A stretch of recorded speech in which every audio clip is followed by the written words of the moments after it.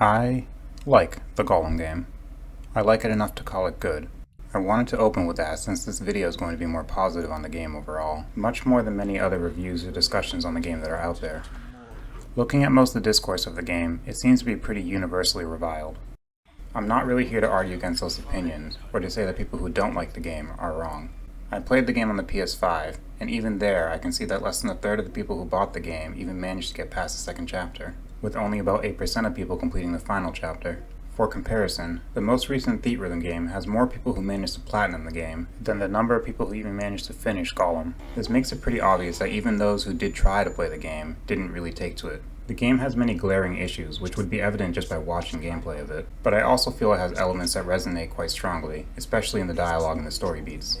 This video is going to serve as both a review and an overview of multiple playthroughs of the game. I'm sure that some would disagree with a lot of the praise that I'm going to be leveling at the game, but I'll do my best to show what I found to be compelling about it. Since this video serves as an overview for the game, I'm going to be spoiling basically all of it. Even if you disagree on my view of the quality of the storytelling, hopefully you'll still enjoy following the plot as we go through. For those unaware, the game allows for multiple dialogue and decision points, usually categorized by Smeagol or Gollum options. From start to finish, I completed 3 playthroughs of the game. My first playthrough focused on mostly choosing the Smeagol options, with the second choosing only Gollum. My third playthrough was focused on trying to unlock the remaining trophies I needed to platinum the game, which I failed to do. There's one trophy that you can only get by completing the game with 0 game overs from start to finish. There are plenty of ways to get a game over, and a single slip up hours into a playthrough will invalidate the entire trophy. What the fuck just happened? There are ways to use cloud saves or external memory in order to get the trophy more easily, but I feel that would defeat the purpose, and it wouldn't add anything to my discussion anyway. Without me, eyes are marbles, no darkness they see. Faces look garbled, no flurry they feel. No breath, no cheer, death not to fear. Time is not spent, roses has no scent. At nothing you can marvel without me. The game opens up with Gollum reciting this poem, and Smeagol pointing out that the flower in the poem wasn't a rose, but something else that he can't remember. But it wasn't roses, my precious, not roses. I should point out, any mention I make of Gollum or Smeagol will actually be referring to that side of their personality. The game always makes it clear to the player which of the two is talking or making a specific decision, so it makes sense that I refer to them separately, especially since it plays into how the story unfolds. If I want to refer to them collectively, I usually just call them you or the player. Anyway, back to the poem. As far as I could find, this is an original to the game and wasn't something Tolkien made. The poem comes up a few times throughout the game, so I'll talk about it as it resurfaces. But for now, just note that it clearly has some significance to you.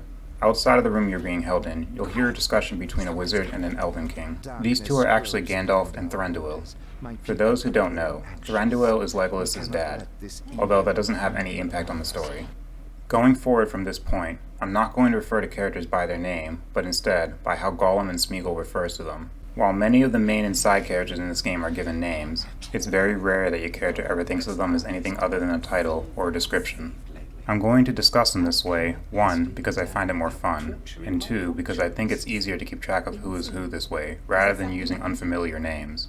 Although this does lead to situations where Cruel Orc, Cruel Woman, Cruel Elf, and Cruel She-Elf are all unique characters that play actual roles in the story. The only person I'll break this rule for is Gandalf, because the man deserves some respect. So anyway, you hear Gandalf and the Elven King discussing you and what torture you may have suffered while in Mordor. For context, the entire story of this game takes place after Bilbo finds a ring, but before the events of the Lord of the Rings books. It's clear that you're being kept prisoner here by the elves, and it seems like Gandalf wants to question you to see if he can learn anything about the enemy or the ring.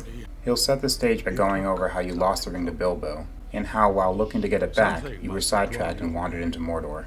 It's here, from within Mordor, that the game gives you control, with the framing being that Gandalf is questioning you, and the gameplay serves as a retelling of what happened before you were captured by Aragorn and brought to the elves. Your basic controls involve mostly running and jumping. There are some context-sensitive actions, like ledge grabbing or Prince of Persia wall running depending on the area you're in. You can also enter a sneak stance, which seems to make it impossible for enemies to hear you, although it doesn't do anything to stop them from seeing you. Once you get used to the controls and mess with the graphical settings, you can move ahead. Gollum will mention wanting to return home so that you aren't caught outside as the sun comes up, so off you go. As you move through the first areas, you'll hear Gandalf continuing to ask questions in the present time. You can note the conversation is happening during the present time rather than during the gameplay flashback, as their name is notated by an off next to it. You'll also notice that sometimes Gollum or Smeagol have an off next to their name as well, which represents them answering Gandalf in the present time. If you don't see an off, it's because the conversation is happening on screen. During your way back, you'll get a short scene of a fell beast flying. However, it doesn't seem to have spotted you, so you're free to move on. As you approach your cave, Gollum will mention to Gandalf that the orc that used to live in the cave died before you ever arrived. An orc cave? Orc lived there, yes, hiding from the great eye, methinks. Long gone when we came, the nasty orc, long dead. Gollum is a liar. Smeagol is too, but Gollum takes the concept to a whole new level, as he'll lie even when I can't see any reason for him to do so. What he said about the orc is just the first example, which you can discover for yourself if you examine some of the items in the cave. Interact with the skull, and Gollum will have this to say. No nice friend was he, precious. Not tricksing us now, is he? No, not anymore. So you almost certainly killed him, or at least found a way to get rid of him, perhaps feeding him to Shelob the spider. Speaking of her, you can find a monument to Shelob in the cave, which you built as a sort of way to worship her. Anyway, the fact that Gollum lied to Gandalf here doesn't make any difference, but I enjoy how he'll almost never volunteer any information unless he can see that it will directly benefit him, whereas Smeagol is more open with his information and tries to build trust more often.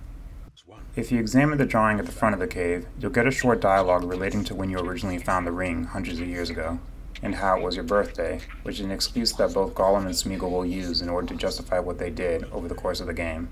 They'll reference this again if you examine the ring carved into the stone further into the cave. It was ours, oh precious, my birthday present. It came to me on my birthday. So I've heard. There are a few other noteworthy things to examine here if you take the time to look, including this section of the wall, with textures that have been stretched, like butter scraped over too much bread. As you move on, Gandalf asks, So you never left that cave, Never, and no one ever saw you? no one. which is another obvious lie, as Gollum says this while you're in the act of leaving and being spotted by a crow. Now your objective is to catch the bird, as you believe it to be a spy. As you move on, you'll see two orcs talking over another who's been caught in a web. They mention how Shelob must have captured this orc, and they decide against freeing him. You can sneak past them easily without being spotted and continue looking for the bird. You'll notice this alternate vision mode during some of the clips. This is something you can activate almost any time you want. It's useful for spotting enemies, as well as items and places you can hide. It makes sneaking around much easier, as it can detect others through walls and it can see pretty well in the dark. Anyway, keep moving past the orcs and you'll eventually be spotted by one and be treated to this sick jump. Once you're safe and manage to escape them, you'll actually come across two birds. Two of them, two little croakses. Both of which you fail to catch. You'll also get distracted by a beetle, which will lead you to fall down this cliff. This will put you further into enemy territory, which means you'll have to continue sneaking in order to avoid getting caught. You'll reach a point where you have to follow behind these two orcs. Eventually, you'll be able to take one out, but the other one is wearing a helmet, which apparently means they're immune to being choked. Instead, the game teaches you that you can throw stones. If you pick one up and throw it at the lantern, the orc won't be able to see and it will lose its footing. He'll fall into Shelob's den, where the spider will devour him. You'll notice it doesn't really look all that dark to you. The game will mention several times how you prefer the dark and dislike the light. They'll also mention later that you can see in the dark without a light, so I'll just treat the lack of darkness here as the game allowing you to see better than you normally would. Now free of enemies, you'll move on and see the same beetle from earlier, at which point the game gives you his first of many choices between Smeagol and Gollum. Gollum wants to kill the beetle because he's worried that it might be a spy. Smeagol thinks it's friendly and is interested in just watching it. As the game is now starting to give you choice, it's time to break out this highly scientific and completely accurate scoreboard. This will decide who's the better main character. On the left, Precious! we have Smeagol, submissive and eager to please. On the right, Die. Gollum, a pragmatic and self-serving liar. We'll be keeping track of who has the best dialogue and who makes the better decisions. The criteria for this is whoever I decide gives off the better vibes. Up first we have a doozy. Do we kill the beetle or keep watching it? When you get decisions like this, the objective is usually to convince your other self as to why your decision is the way to go. Whosever opinion you decide to argue for, you'll then be looking at the other version of yourself through a first-person camera, with only their dialogue being represented by the character on screen, since your dialogue is coming from the first-person view. The best approach for these is usually to play to the person's personality that you're arguing against. So if you pick Gollum, you'll need to play up the fear and emotions within Smeagol. Whereas if you pick Smeagol, you'll want the more logical or self-serving arguments in order to convince Gollum. If you win the argument as Smeagol, you'll have a nice little moment with the beetle. If you win the argument as Gollum, you'll try and fail to capture the beetle, and it'll just fly away.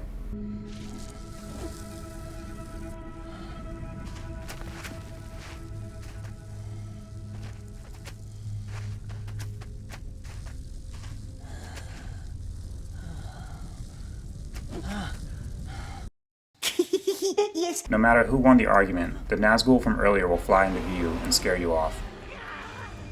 You'll manage to slide down into a cave, where the game teaches you how to heal yourself using consumable items. It also teaches you that your extra senses can be used in order to sometimes see the correct direction to go. In truth, no matter where you go, you'll eventually be trapped by the Nazgul, where 3 of them will surround and capture you, ending the first chapter of the game.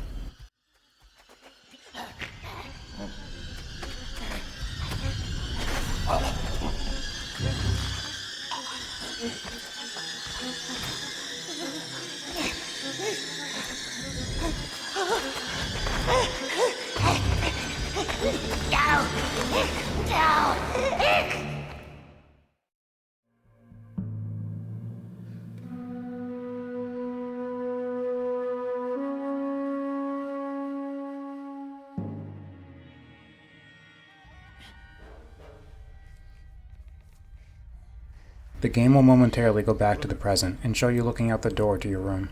On the other side, you'll see an elf feeling for something outside of the room she's in. When she turns to face the camera, you'll see that she has pale eyes, indicating that she's probably blind.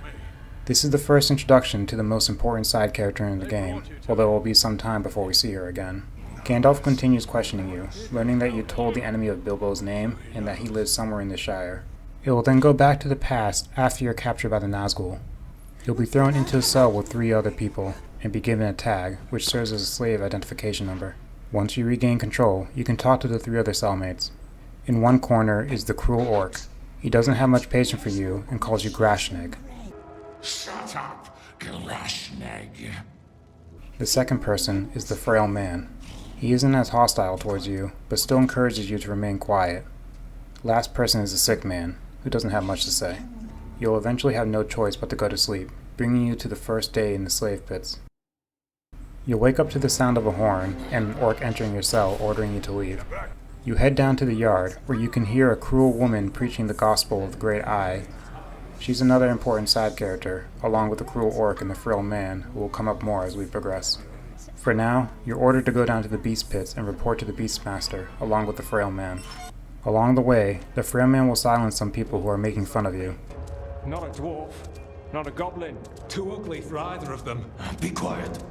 Yes, my king. Although they call him king, seems he isn't all that respected. Once you arrive, the Beastmaster orders you in a language you don't understand. Please, we don't understand. Luckily, the frail man and his sentient beard are willing to guide you. The task down here is to lure the beasts into their pens. This section can be done quickly, and serves more to build rapport with the frail man. Once you finish and report back, you're told that it's time to go to the mines. On your way there, you'll hear a woman trapped in a cage muttering something. Don't listen to her. There's a reason she's in a cage. What reason? She's a witch. Oh, that's the rumor. You can ignore him if you want to, and go up to talk to her.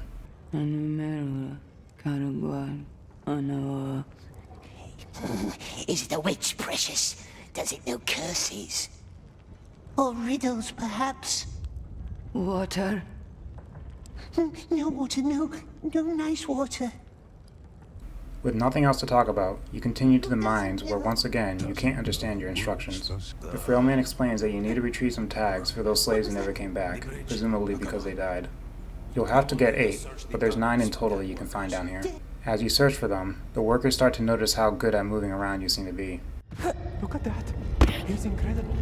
At the bottom of the mines, you can find this dying man. This is the source of the 9th tag should you want an easier time. What? Choosing the Gollum option will have you just take it.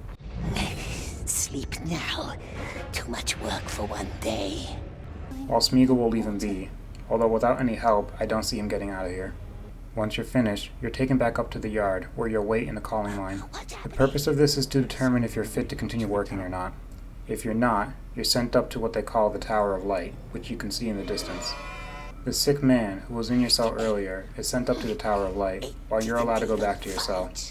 During the return, you come across the Beastmaster from your first task, talking to some orcs. He's being tasked with healing a sick spider so that it can be used in their army. Smeagol thinks it might be worth telling the witch in the cage about this to see if she can help. You can't go back and talk to her for now, so instead you can continue to your room. Before you get there, you'll hear the cruel woman talking to some orcs. She's questioning them on how one of the workers died. What happened? Little squealer got what he deserved. Have them clean this up. Once you are back, you can question the frail man about why some people call him king. Why do they call it king, this one? Is it a king? Yes, is it? Here we go. That boring story again. Sephard, the Sand Flood King, blah, blah, blah. Stupid name for a stupid king. Did he rule beautiful white cities? He barely rules his own bones. He's a useless millstone chained to my foot. Turns out, he was king of a desert nation under the rule of Sauron, but was punished when he attacked another king who was also under the same rule. Before you end the day, you also learn about a bridge that leads to the exit gate. The frail man will tell you that the gate only opens to the sound of a bell, which can only be found in the Tower of Light. There's also a sorcerer who lives in the tower known as the Candleman, but few have seen him. Apparently, the only way to get there is by being considered useless, like the sick man was earlier. It feels a bit like you're being goaded into this, but you're looking for any way to escape, so the map seems like a good way to start, I guess. On your way to work during the second day, you'll once again come across a cruel woman's preaching. First task today is to go to the mines.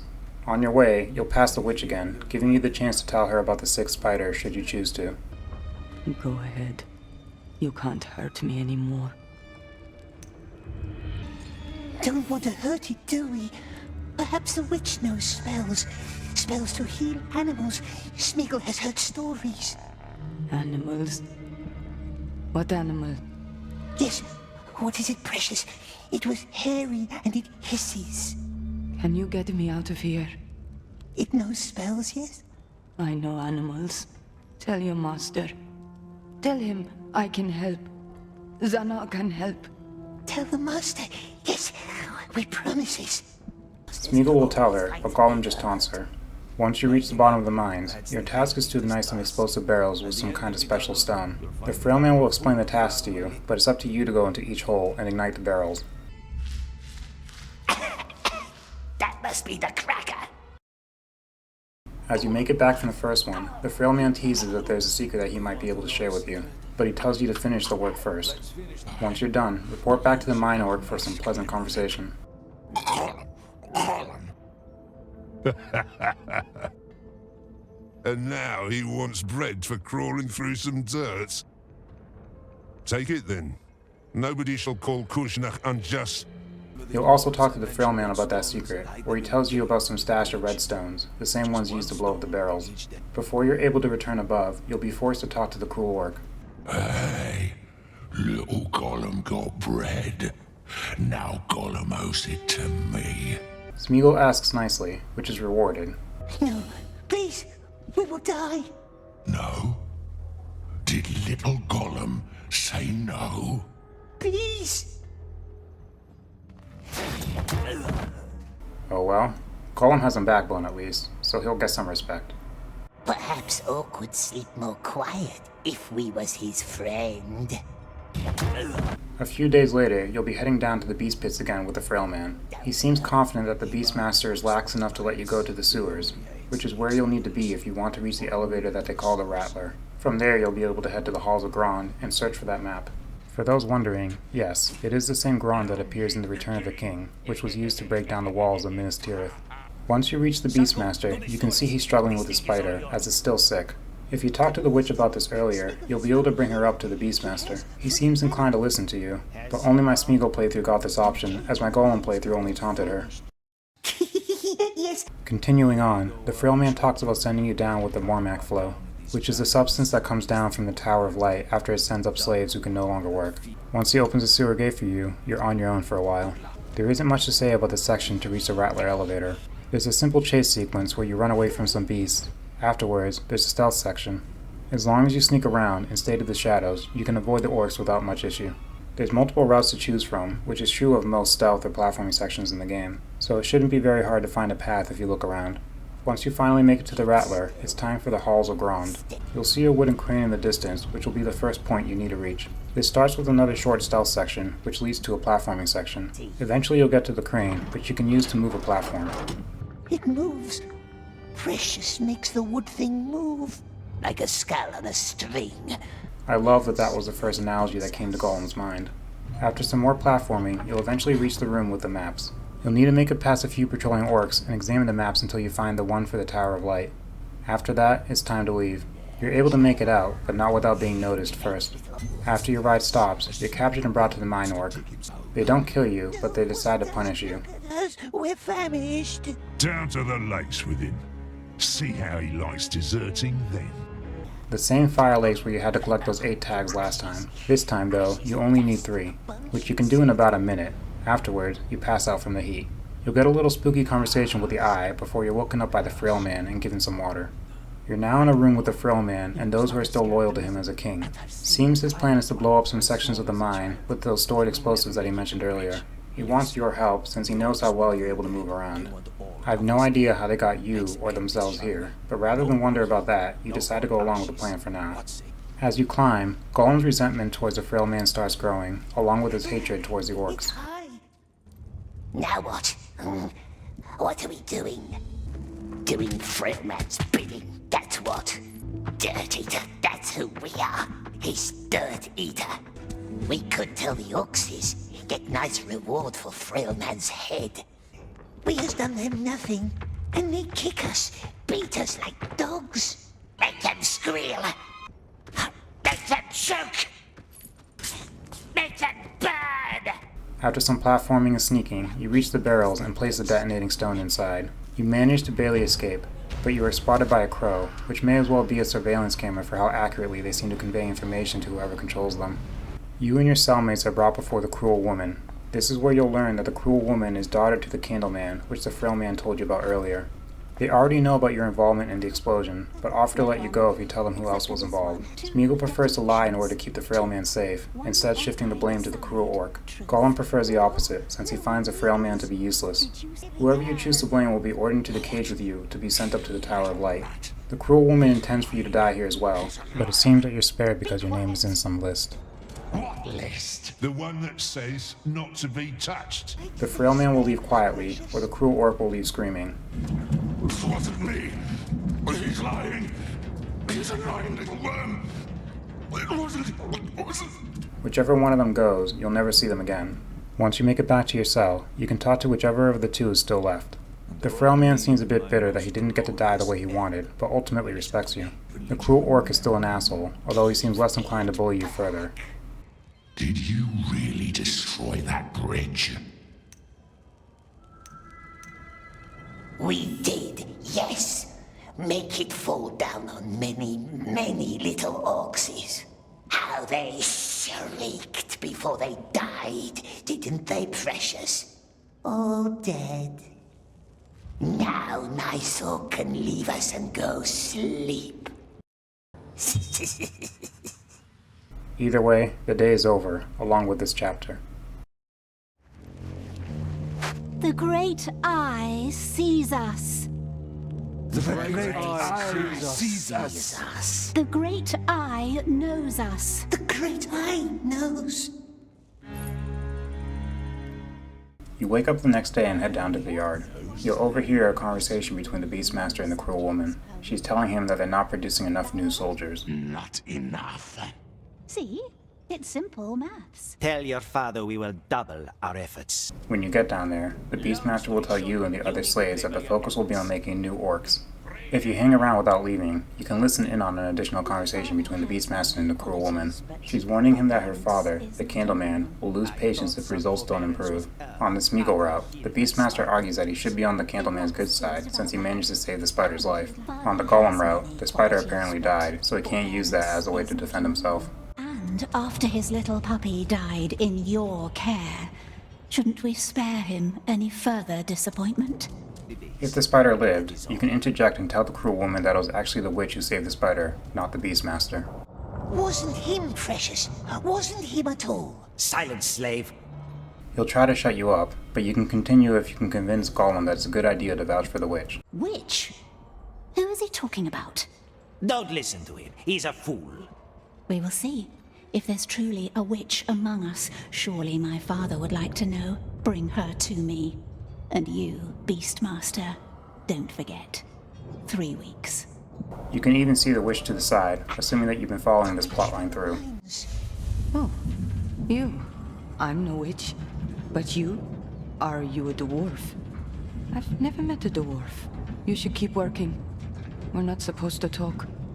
Unsurprisingly, she doesn't seem to be an actual witch. Rather, she's just somebody who's well read on certain subjects, like animals. She's in better shape than she was before, but is worried about what will happen to her once they no longer need her. Healed that dreadful spider. Now he expects me to do all kinds of miracles. Truth be told, I'm of no use to us here at all. And as soon as he sees that, he'll probably sell me back to the mine foreman. Luckily in the Smeagol playthrough, you just vouched for her, so hopefully she'll be safe. Once you're finished, you'll head down to the breeding pits along with whichever of the 2 cellmates is still alive. Your job is to pull the levers and drop food into the Mormac pools in order to feed the baby orcs. You can also feed them with yourself if you decide to fall into the water.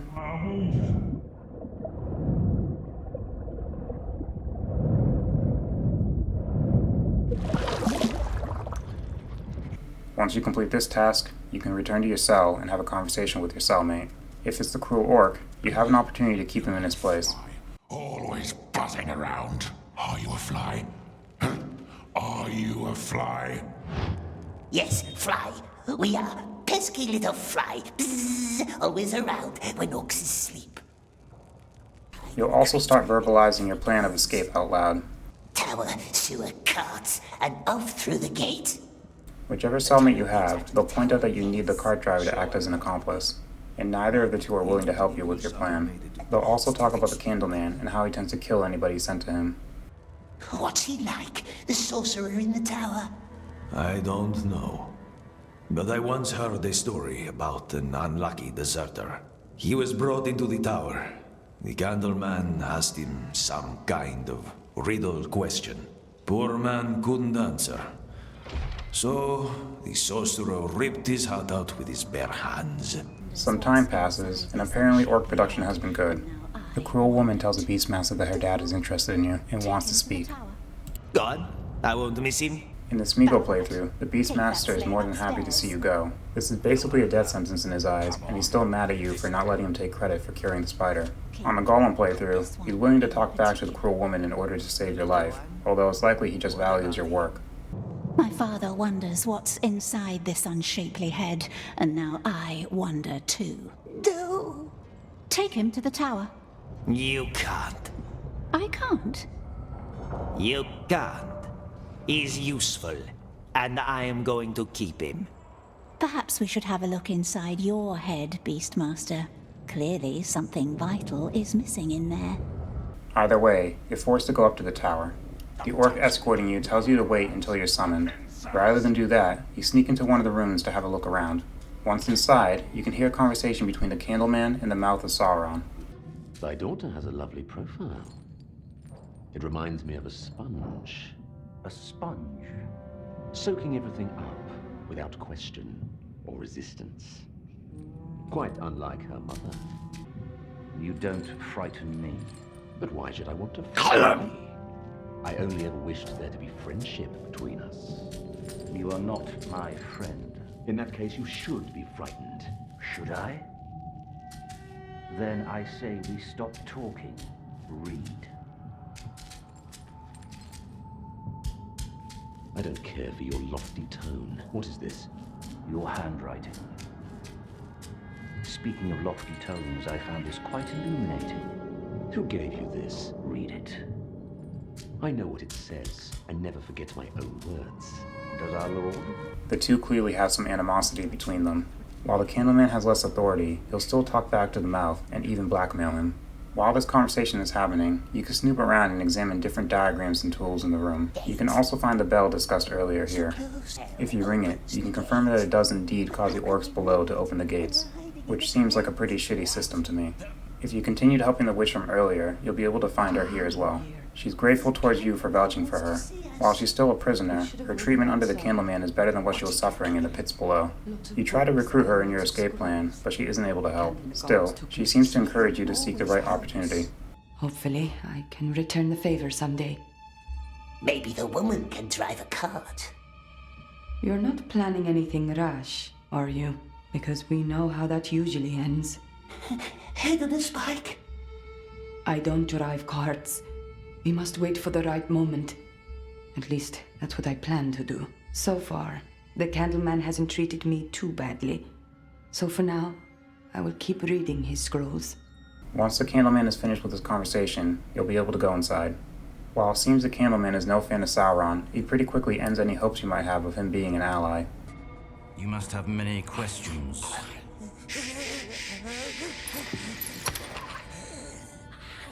Our Lord hates questions. He suspects that there's still others involved in the explosion from last chapter. Good men were buried underneath that bridge, and thus a head must roll. Smeagol is afraid of lying, and is willing to settle with the frail man at this point, despite you covering for him last time. Gollum prefers to just blame someone random, in this case, the Mine Orc.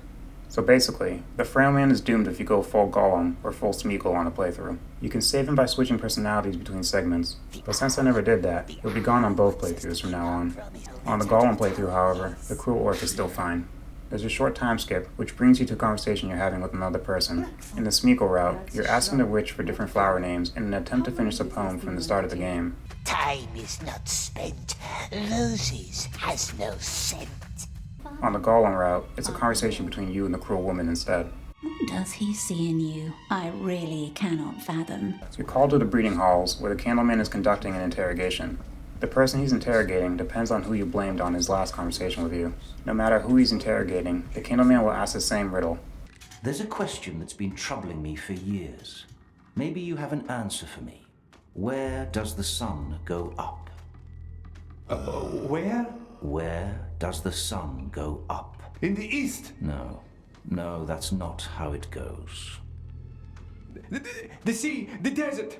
I'm sorry. He won't accept their answer and orders that they be tortured and killed.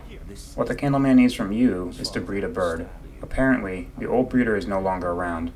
Where is it, the old breeder? Go on. You have no idea what you're doing, but apparently neither does the Candleman or anyone else. Luckily, the old breeder left notes. The objective is to cover the egg in one of 3 different colored Mormac. From there, you'll have to use the correct number of log and the correct number of pumps in the furnace. The most visible note is crossed out, meaning that it won't work if you try it. If you look around a bit more, you can see notes for the 3 different colored eggs. On the Smeagol playthrough, I went with a white bird, and on the Gollum playthrough, a brown. Once you get the right combination of steps, you're able to hatch a chick and take it to the Candleman. You'll see that he's looking at some artwork. Nice bird, this one. Very nice. Do you know who this is?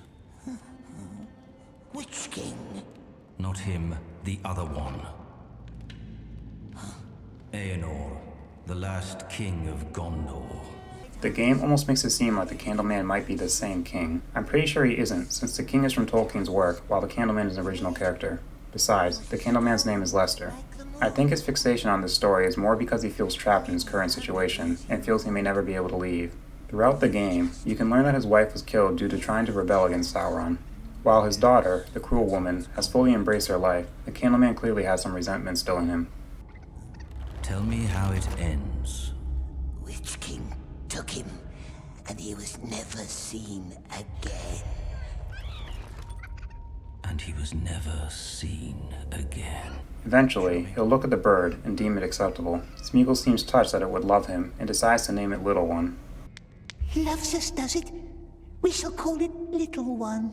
If you play as Gollum, Birds don't have names.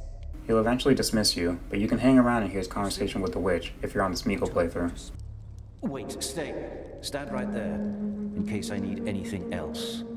On both routes, you can leave and hear a conversation between the cruel woman and the mouth. More. I will, my lord, don't worry.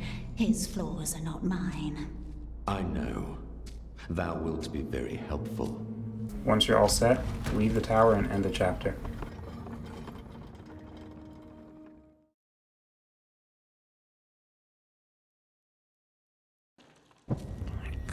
Won't do it. He mustn't have it. He wants it. He wants it. It's now years later, and you live alone in your cell.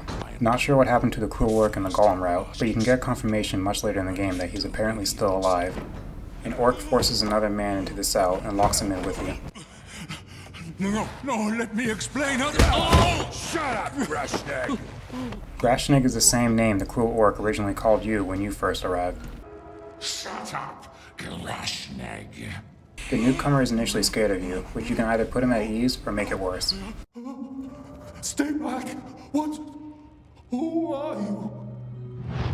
That one looks like a tasty morsel, doesn't he, love? Eventually, he'll ask what Grashnig means. Sorry, I just... Why does everyone call me Grashneck? It means lamb, the new ones. That's what we call them down here. Grashneck? After you answer, you'll hear the bell calling you to work. There's this dealer orc you can talk to on the way down. It seems you built some connections with others over the years. Keep going down, and you'll hear them assign the Grashnig to the beast pits. They'll also tell you to go with them to make sure he learns what to do. Grah! You! Go with him and show him the ropes. But the Candleman awaits us. Sounds like a Gollum problem to me. You'll have to quickly teach him before you can report to the Candleman. The Beastmaster will mention that 2 of his workers are suddenly missing, and not so suddenly imply that it's your fault. Garab and Glaba cleaned out the old compound. The well of stupidity never runs dry. Wonder who reported all of this, though. Yes, who? It's obvious that you've earned others' respect, or at least fear, as they won't treat you as outwardly hostile as they used to. It's also shown that you're filling a role for the Grashnig, similar to how the Frail Man taught you. No need to worry. That one barks worse than he bites. He barks worse than he bites. He only hates leek spittles. Gollum was apparently listening when they first brought the Grashnig into your cell, and is able to learn something. Try to explain, we wonders. What? When it came into the cell, it said, "Let me explain." Explain what? Oh, my tag. That's what got me into this hole. When they say beasts, what? What tag? Grashnig has a tag. Oh, this? No, the tag for the cart. I had it. I always had it in my hand. It drives carts, does it? Having a cart driver that's dependent on you for survival may be just what you're looking for. Now you're more inclined to teach the Grashnig properly so that he isn't killed by the beasts. This next section introduces a new companion mode mechanic. Including this tutorial, it's only ever used 4 times across the entire game. They probably wanted it to be used more throughout the game, but those ideas must have got cut. Go!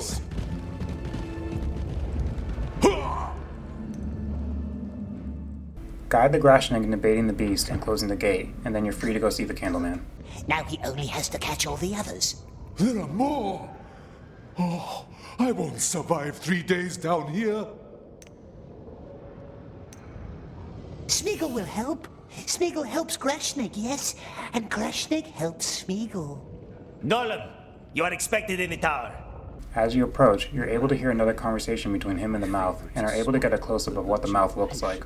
I can't decide which version of him looks more ridiculous. The mouth seems to be growing impatient about something, but the Candleman just brushes him off. Once the mouth leaves, you can talk to the Candleman and confirm that it really was you who informed on those 2 workers in the beast pit. There you are. Globber and Garab has climbed the silent stairs like the Master wanted. The Candleman now wants to question you about Bilbo, which is something he probably should have done years ago. He seems to believe you whether you keep lying about the description or telling the truth. Small, yes, small and fat. Barely got away, didn't it? But it cheated. Big ugly claws it had, like a thief. On your way further in, the cruel woman tries to talk to him, but he doesn't seem interested right now. Instead, he wants you to start training the bird now that it's fully grown. While you attempt to earn the bird's trust, you'll try to pry some info out of the Candleman. Master asks about Baggins. Why does it ask, we wonders? Then stop wondering, because this doesn't concern you. Find it, yes. Go and find Baggins for the Lord. We promises. Go? The Lord will never let you leave. Trust me. Chase the bird around a bit more until you're able to feed it some bread, after which it will do as you ask.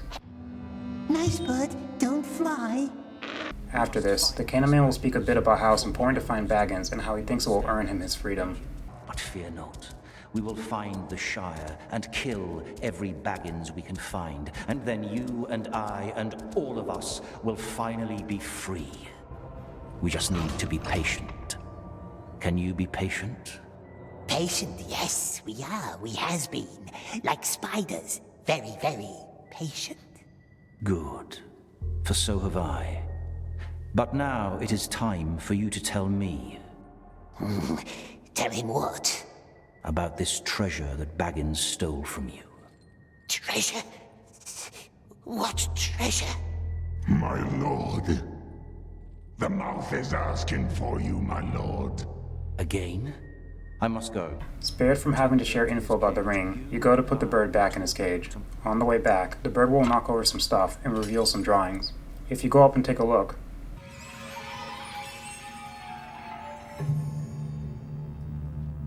considering the types of tools in the room, and that the Candleman is known for experimenting on others, this could be bad for your future. In my opinion, I don't think the Candleman was actually going to do anything to you. I can't say for sure, but he seems to place some value in you as a spy. As you put the bird back, the cruel woman will come in with her own group of orcs and search the place. What exactly are we looking for? If I knew, I would have told you. I assume the mouth conveyed his impatience to her as well, so she decided to see if she can get some important information while her dad was gone. Sneak around and you can spy on her as she discovers something. Here we go. Here we go, dear father. What is it? A message from Snowda, one of his searchers. New information about a place called Shire. Meet at noon. Worried that this Snarl will tell them something about Bilbo or the ring, you decide to continue tailing her. You'll reach the breeding pools where the Beastmaster points a cruel woman in the direction of Snara. Now that you have a location, you can stop tailing her and head for Snara before she reaches him. Do a bit of platforming in order to reach him first.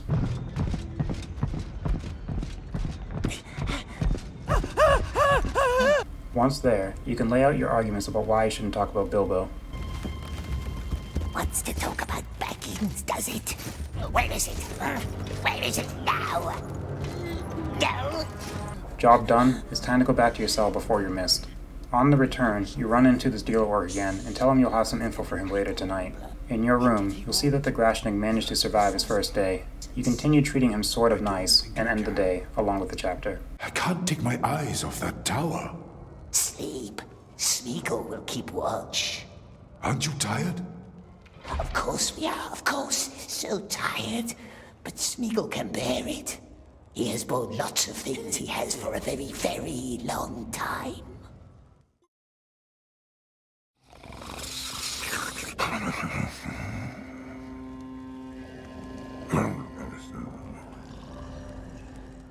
Next chapter starts with the deal orc coming for those goods you promised. You claim to know the person who killed Snarl last night and offered a prisoner number of the one who did it. The next morning, orcs show up at the cell and confirm the number is the Grashnigs. You. Number. Your number! 10, 60, 92, 21. That's the one. You, come with us. Why? Grashnig has done nothing wrong, we swears. They take him away for questioning. It seems that you now think you have everything you need in order to escape. Your plan involves using a bird to get a key to an abandoned tower. From there, you want to get to the Tower of Light, rescue the Grashnig, and then escape through the gate together. You'll be needing the Grashnig to drive the cart, and the bird to ring the bell which will open the gate. First step is to get your bird from out of the Candleman's room. On your way up, you'll either run into the witch or the cruel woman depending on your earlier choices. The witch will ask if you've made any progress on figuring out that flower for the poem, while the cruel woman is wondering why her dad sent for you at this time. He didn't. You continue through as if you belong. If you look at one of the tables, you'll find a drawing of Bilbo. The picture will be different depending on how you described him to the Candleman during the last chapter. Whichever version you have, Gollum will comment that it doesn't really look like him. Keep going, and you'll run into the Candleman in front of the birdcage. He wonders why you came without him summoning. He's in a bad mood and refuses to move, so you'll need to ask for help. Do you have more names for me? I don't recall having sent for you. No names, Master. Good Master. We only wishes to help. I only wish to help. How many times do I have to teach you? Shut up! If the witch is there, you can ask her to go in and try to put the Candleman at ease. Master is not well. Perhaps Zena should go see him. Wait here. If it's the cruel woman, you'll get this exchange instead. You worm, again? Why don't you find some place to go die? Yes, precious. Let's leave nice woman alone and say nothing. Ah, very well. What does father want this time? Gollum doesn't know. He's a worm. Daughter should talk to Master herself. Why would I? Sometimes fathers get suspicious when daughters do things behind their backs. What did he say? Do worms have ears? No, they don't. This worm must go now and look for a place to die. Regardless of who speaks to him, the Candleman seems to welcome the distraction. You're able to sneak past and free the bird. You'll have to climb outside and get a vantage point on a window that has the desired key. Send the bird after it, and once you have it, climb back inside and sneak past the pair again. You'll make your way to the breeding room where you originally hatched the bird. You can now access the area further in and climb up the bird tower. Do some platforming until you eventually reach the source of the tower's light.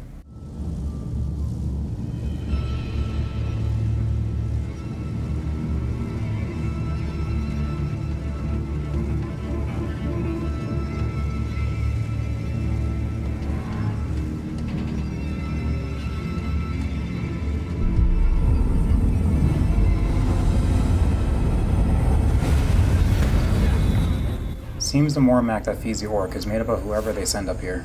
You time your crossing when the light isn't shining, and eventually are able to make it to the Grashnig as he shows up. You unlock the tram and fall into the pit below. While the Grashnig seems ecstatic to be alive, you're both stuck in the lower levels of the tower. You'll need to use the guide function for the last time in the game and solve some water lever puzzles. While you're doing this, you drive home the point that you're helping him because you're friends. I'm so confused. What are you doing here? Why are you helping me? We wouldn't leave a friend behind, would we, precious? I don't know what to say. Definitely not because you falsely accused him in order to sneak him out. Better to keep that part to yourself. Once you finally fully drain the water, you'll have an interesting interaction between you and the Grashnig. We sticks together, don't we? Are desert men friendly, precious? Is it our friend? Oh, of course. I mean, that's a big, you know? Yes. I mean, if we really get out of here... In fact, shouldn't we first focus on this? Focus, yes. Let's focus. That might not seem like much, but the Grashnig dodging the question with that focus on this line is something that even Gollum seems surprisingly hurt by. He won't let the Grashnig forget that he never really reciprocated the friendship. What about you? Do you have family back home? Grashnig wanted to focus, didn't it? Let's focus. You're not mad at me, are you? No, just focusing. Once you climb out, you find a cart with some orcs guarding it. Kill the orcs, climb into the cargo, and let the Grashnig drive you off. Perfect timing as your bird also shows up again. Once you get to the gate, you send the bird off to successfully ring the bell. So, let's say we make it out of the tower.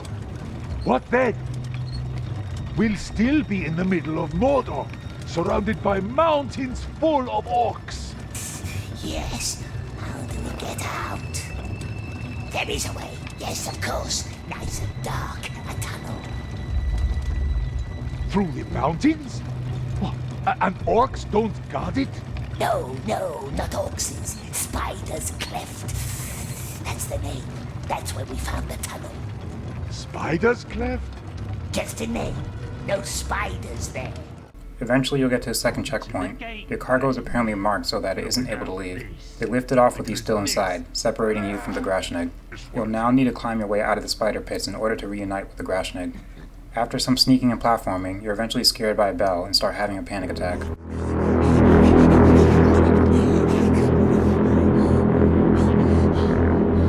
They found us. He sees us. He knows. We are lost. If you keep panicking Smeagol, you'll have an extra guard that you'll need to sneak past. Gollum instead is able to just focus and kill the guard.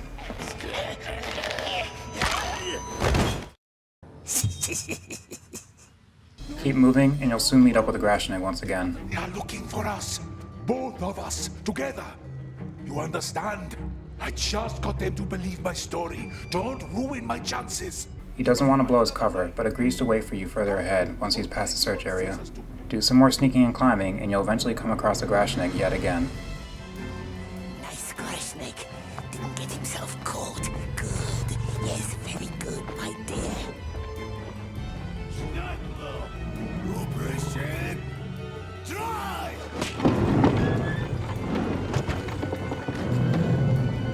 Even though he abandoned you, you seem to take it all in stride. Just took our card and left. We hate him. We hate him. Now that you're truly on your own, you decide to just hitch a ride on any cart you can find. Eventually, you're able to find some moving carts. Enjoy a pleasant ride.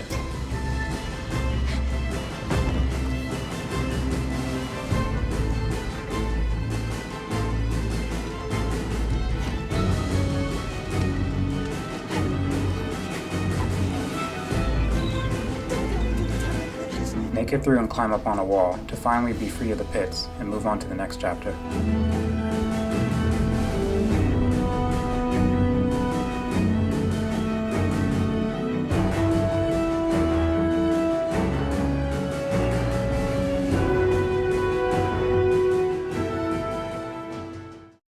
Flip back to present time where Gandalf is questioning us on a murder. So you killed him? Never. He was our friend. Cruel light. It hurts our eyes. At first, it may seem like he's asking us if we killed the Grashnig, but he's actually referring to Deagle, the friend we had when we were still considered a hobbit. We deny killing him and pull out the old "it was our birthday" excuse, but Gandalf isn't buying. It was our birthday present. It was. Another lie. As he continues pushing for more info, it will take us back to the past a little bit after our escape, where we now live back in a cave in the mountains of Mordor. Seems we're still obsessed with getting the ring back, but can't leave Mordor due to the only feasible exit being guarded by Shelob the spider. We hear a familiar caw and realize our bird has somehow found us. Before we go searching for them, we can now look at the same areas we did in the first chapter, with new commentary between Gandalf and yourself. He found it. He couldn't resist it. How could he? And neither could you. Right there in the flower bed. That's where it happened. Go away. You can also visit the Shelob Monument, where you will consider visiting the Spider Cave, but you are hesitant to do so because you would need something to feed her in order to avoid getting killed yourself. When you find the bird, you might notice that it's ominously in the same spot as the crow from the first chapter. Continue following it, and it will eventually lead you to an overlook where you can see the Grashnig who's managed to escape. He doesn't realize that you're there, but he remembers the tunnel you discussed and is trying to find it so that he can leave Mordor, not really aware of the fact that the cave isn't as empty as you let on. You decide to follow him so that he can successfully reach the tunnel. We'll also get to hear a little more about how the Grashnig really feels about you. Dark tunnel, my precious. Nice and dark, yes. But where? Oh, slimy little sneak. There is no tunnel. I hope the orcs ate him. While all this is happening, you can also hear Gandalf from the present talking about Deagle. He was your only friend, Deagle. The only one who talked to you, though he did not like you much. Nobody did. Keep moving along a cliff to eventually save Grashnig from walking into an orc camp. You'll then reveal yourself and decide to go towards the cave together. You? What are you doing here? Saving Grashnigs, as usual. Now quick, more orcs are coming. As you enter, you point out that you left markings in order to show you the way back out of Mordor. But if you know the way out, why didn't you leave days ago? We never leaves without our friends. No, we never does. Yeah, that's right. Stop asking so many questions. As you head deeper, you'll eventually convince the Grashnig to put out his light, using a reason that's definitely not made up. Grashnig must put out the red tongues. My lantern? No, I won't. Fumes in the air, silly Grashnig. Out, put them out now. The Grashnig becomes increasingly uneasy, and you can decide to either calm him or taunt him. Is that you? Speaker? Shh, we must focus. You really should have called me a friend. Eventually, you'll leave him behind and run ahead. As you climb, you get to listen to Gandalf confronting you about your murder of Deagle, which I personally think is a nice parallel considering what you're about to try to do. And there you are, miserable in solitude, yet even more so in company. Your eyes transfixed on some mucky hole. You don't see that a fish takes Steagle's hook. But you hear the splash. The fish is big and strong. He's dragged into the water. All the way to the bottom. He was drowned. No, that is not how he died. When you finally find Shelob, it's time to pick a side. Either wake her up and lead her to the Grashneg, or sneak away and try to escape together. As cool as this choice might have been, you're robbed of any agency as Shelob will wake up right as you manage to convince the other person, regardless of what you wanted. Run!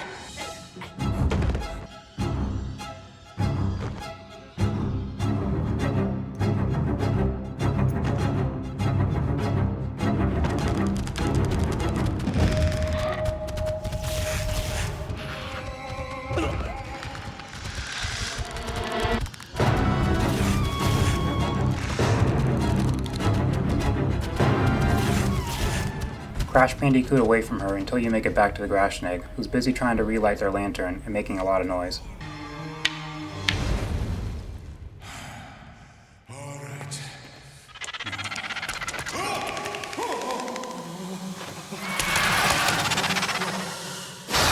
Back to having no friends, we use the opportunity to leave the cave and escape Mordor.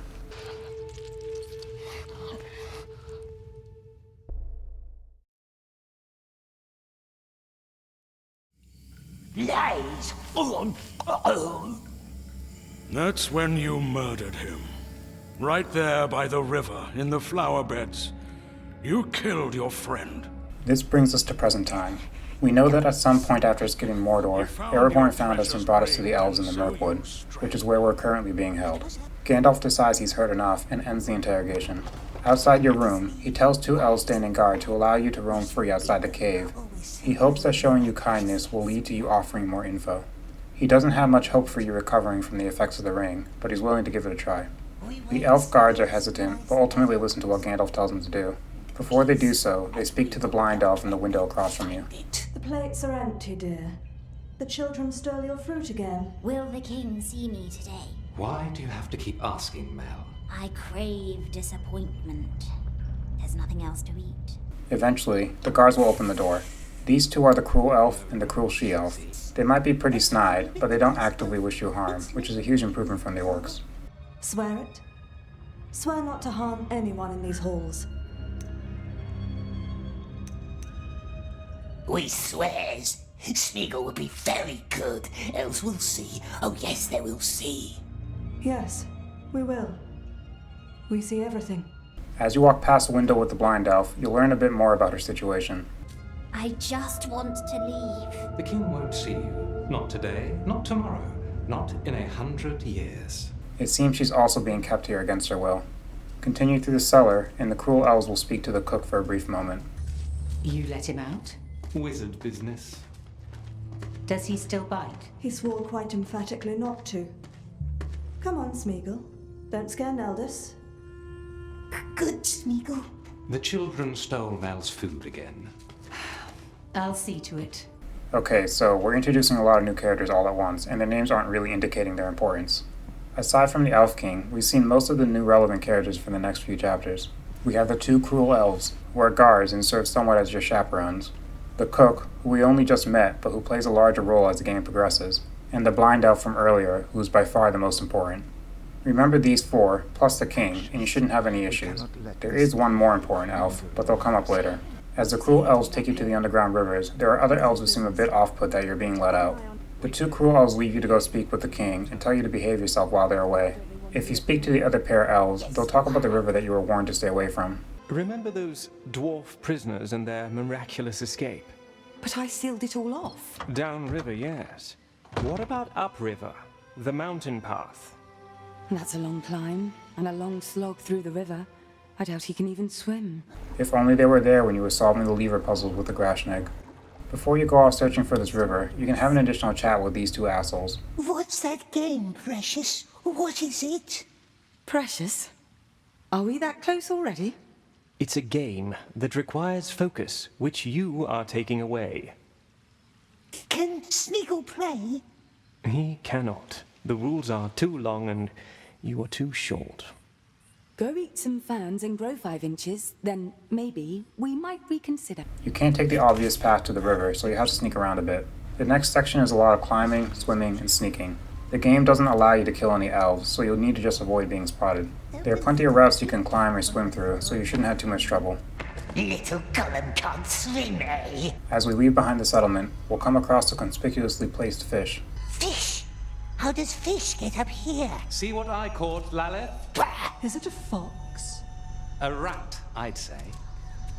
We told you, we see everything.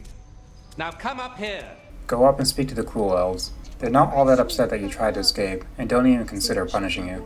They mention that you wouldn't have been able to leave anyway due to a magical haze that protects their realm, which only allows people to enter or leave if one of the Mirkwood elves grants their permission. A haze so dense you can't see 5 paces ahead, tricking your mind like a twisted, willful mirror until you're utterly lost. And sooner or later, no matter how hard you try or how far you walk, all paths will lead you back to us, for none can leave or enter our realm without permission. Assuming they're telling the truth, which they are, this means that you wasted your time doing all that sneaking and swimming. They start escorting you back to the underground sections, but not before you find a familiar face. Bird must find help. Elves have caught us. Terrible spirits. Bird must find someone. Someone fast. Go! Once you get back, you'll have a pretty important conversation about the surrounding haze. The Elf King created that wall of haze? The king's nephew did. Gwendol. Our most splendid mind. Master of spells and riddles. But he is gone now. Where did it go, that master of riddles? A tragedy killed him, and all of his scholars. All but one. Tragedy? You know, why don't you ask our blind child in the cellars? Why her? She's the one who survived. But don't let her get into your head. She cannot be trusted. A liar, is she? That's why the king locks her up. Mel is not a prisoner. She is down there so she can heal and doesn't try to leave. Why would the blind elf run off? Because hope is a treacherous thing. She believes that Gwendol is still out there. We would like to know more, wouldn't we, my precious, about this elf who died? The one who made the haze so no one can leave. The one they call Riddle Master. Why don't you go downstairs and ask Mel? You two deserve each other. So, if we want to leave the Mirkwood, we'll need to get past the haze. The person responsible for creating the haze, the Riddle Master, seems to be dead, and the only person who survived that tragedy is the blind elf in the cellar. We decide we need to speak to her to see what we can learn. Before you enter the cellar, you can spot Gandalf having a smoke in the garden. Have a word with him if you want. None of us could ever imagine the horrors you must have endured. Least of all these idle folk.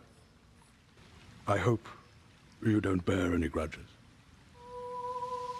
Forgiven, yes, and forgotten. Gracious wizard, gracious Smeagol. No grudges, no grudges. Continue inside to the blind elf's window to have your first conversation with her. Is it home, the strange elf? We hears it breathe. You're the prisoner. The one who talks funny. No, he doesn't. And smells funny. What was your name? Smeagol. Smeagol. Odd name. She's odd. So everyone keeps telling me.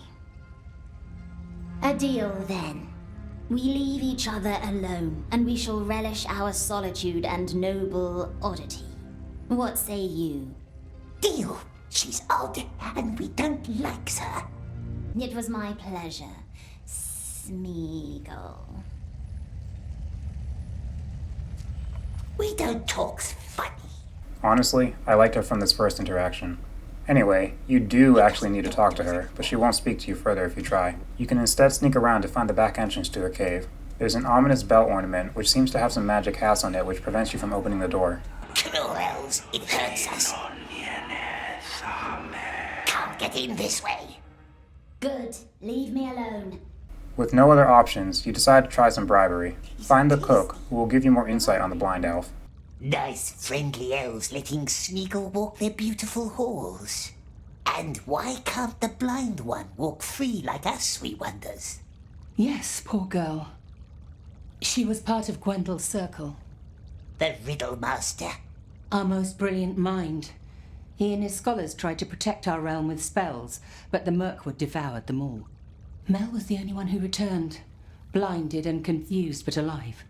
Whatever darkness touched her, she did not know or would not tell. She blamed herself for the fate of her friends. The king himself bound her to the cave, secured it with a spell to seal away the darkness. Maybe you can take her food sometimes. The children keep stealing her meals. Take whatever you like, just put it on the table by her window, but don't talk to her. The cook seems to encourage you trying to befriend the blind elf. Pick whatever food you want to give her and head back down. Blind elf, Smeagol brought food. Shockingly, these raw herbs don't seem to warm her up to us, so it's time for some good old lying. Nice food, yes, and news. We has news. News about what? News about the Riddle Master. Yes, the one they thought dead, but who's not. Though perhaps the blind elf doesn't want to know. No, she doesn't, does she? Let's leave her alone, my dear, not to plague her with boring tales. She'll take the bait and comes to the window to have a more lengthy conversation. Who saw Gwendol? Did it say something? Who saw Gwendol? Oh, they wouldn't tell good Smeagol, would they? The very nice elves. They wouldn't tell us their names. No, not us.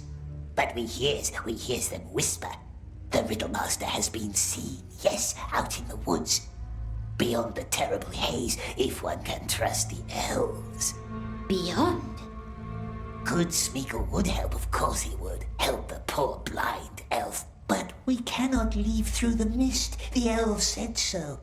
Difficult, yes. And if there were a way through the haze, then what would you do? If we could, my love. Fair question. If there was a way, of course, yes, of course, then we could help her find her friend, the Riddle Master.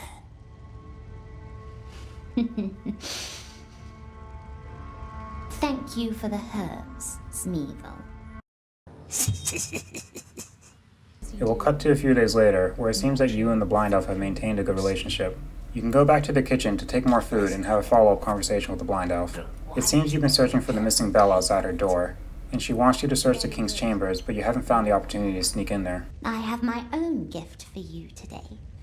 The snail shell on my table. Put it in your mouth.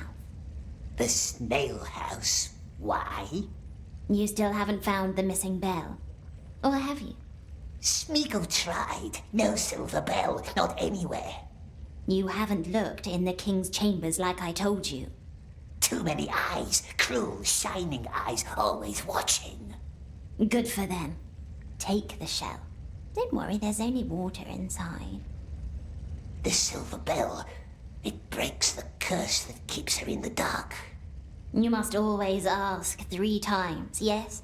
A custom of your tribe, the people of the Sizzling Hills. We're not from Sizzling Hills. There's one bell missing in the door. Put it back in place and the spell is broken. You're definitely not from the Sizzling Hills. This is actually an area where dwarves live, which is funny since the witch also mistook you for a dwarf. Anyway, she'll explain that she needs a bell to break the magical lock on the door. They warned you about me, didn't they? I must know that you trust me. Drink. It's merely water. Ah, there. We drank it. Well done. The water connects us now. Connects us? If I made no mistake, let's give it a try. Only water, it said. It's merely water. And mere water it was. Now, go up to the pond with the stone tree. Wait there and listen for my voice. Unclear what drinking the water did, you head up to the pond. On the way there, you can have a chat with the cruel elf. All her friends are gone, so maybe she'll free us from your company as well. Her friends are dead because of her. She will tell a different tale, of course. But ask Gwendol how he feels about Mel today. The Riddle Master. But the elf said he's dead, and all of his friends, too. So there you have it. Continue to the pond to see the effect of the blind elf spell. It's in our head. Don't be scared. Are you still there? Make it leave. Calm down. Calm down. Make it leave. Calm down and listen.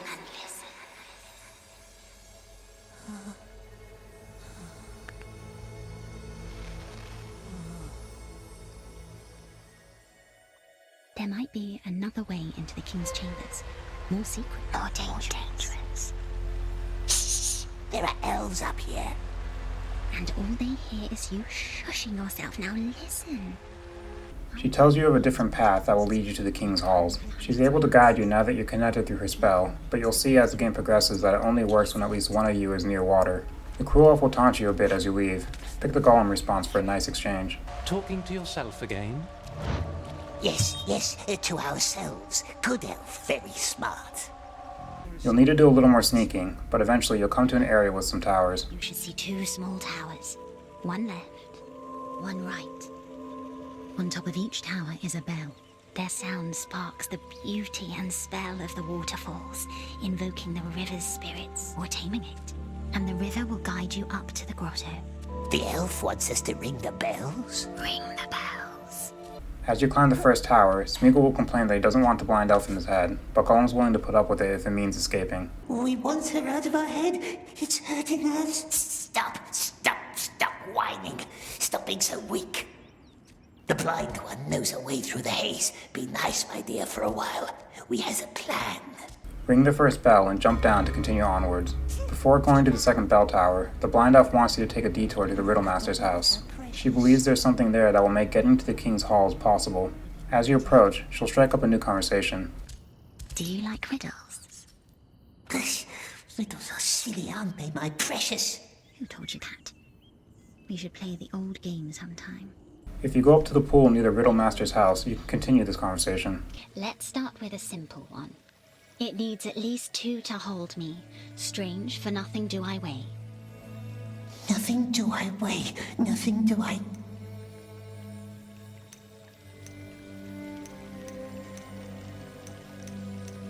Hold!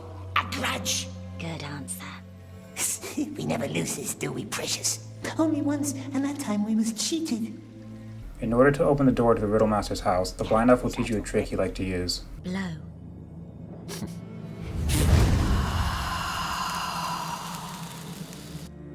That done, you can proceed inside. When you enter, you can still hear a voice from a pool upstairs. Talk to her here and she'll offer to teach you more about the house. We're in the nasty Riddlemaster's chambers. Nasty. Scratchy little word. How smoothly it rolls off your tongue. Look for a big shell from the river. It must be hidden somewhere amid Gwendel's chaos. I can show you around if you like. It's strange in here. Don't be afraid. Let me guide you. If you say no, she'll actually not speak for the rest of the time you're inside. It's quite a lot to look at, so you can miss out if you don't say yes. Eventually, you'll find the shell and prompt another conversation, again, assuming you didn't tell her to be quiet. Does not move, but is not dead. Sleeps in cozy waterbed. Got a helmet, yet no head. Shiny, tiny stone instead. Shell. See, we already make a good team. Now, go back to the waterfalls and I will teach you another trick. Having what you need, you can leave the house and head towards the second tower. After ringing the bell, you can head further up, where you'll have a couple of interesting conversations with the blind elf. You enjoy water, don't you? That's an adorable trait. There's a stream winding down from the southern mountains. A cold and unkind creek that rushes along the western borders of our realm. That is where we created the Ring of Haze, the Riddlemaster, his scholars, and I. There at the creek, beyond an old bell tower, we closed the final breach. And I lost the light of my eyes. So tell me, who is Deagle? Who is Deagle? Deagle? You can tell me. Trust me. How does it know about Deagle? Overheard some bits and some pieces while the wizard questioned you. He died, I heard him say. By your hands. Is it true? Lies! The wizard was lying. We swears. Drowned it in a river. Deagle was long times ago. Was he your friend? our only friend, but Smeagol doesn't remember his face anymore. I am sorry. Find the entrance to the river and use the shell to allow you to swim without losing breath. That done, you'll need to do a bit of platforming to get into the interior.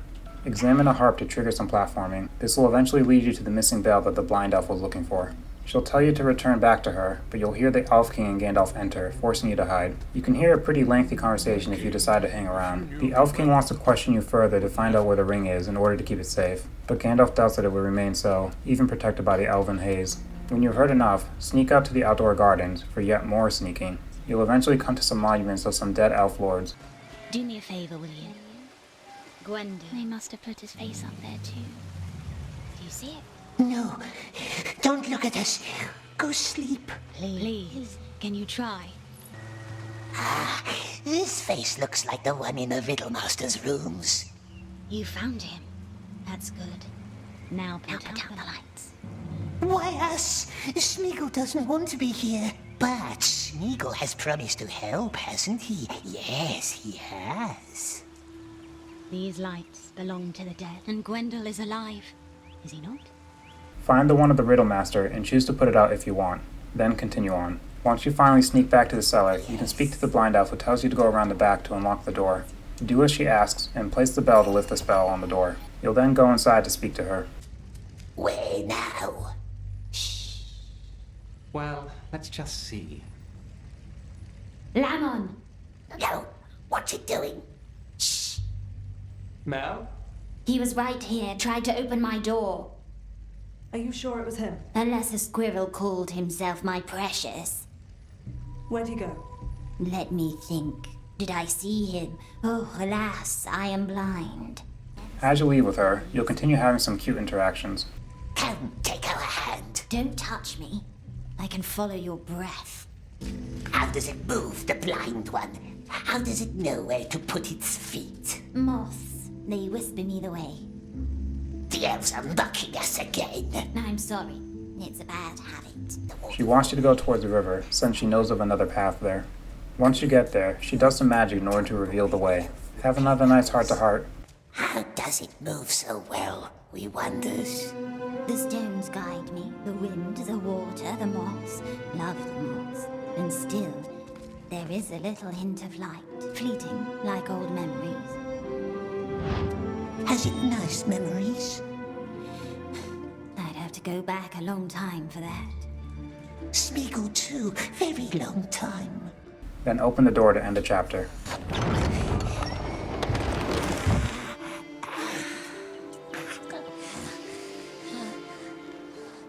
Smeagol, my friend. We've made it.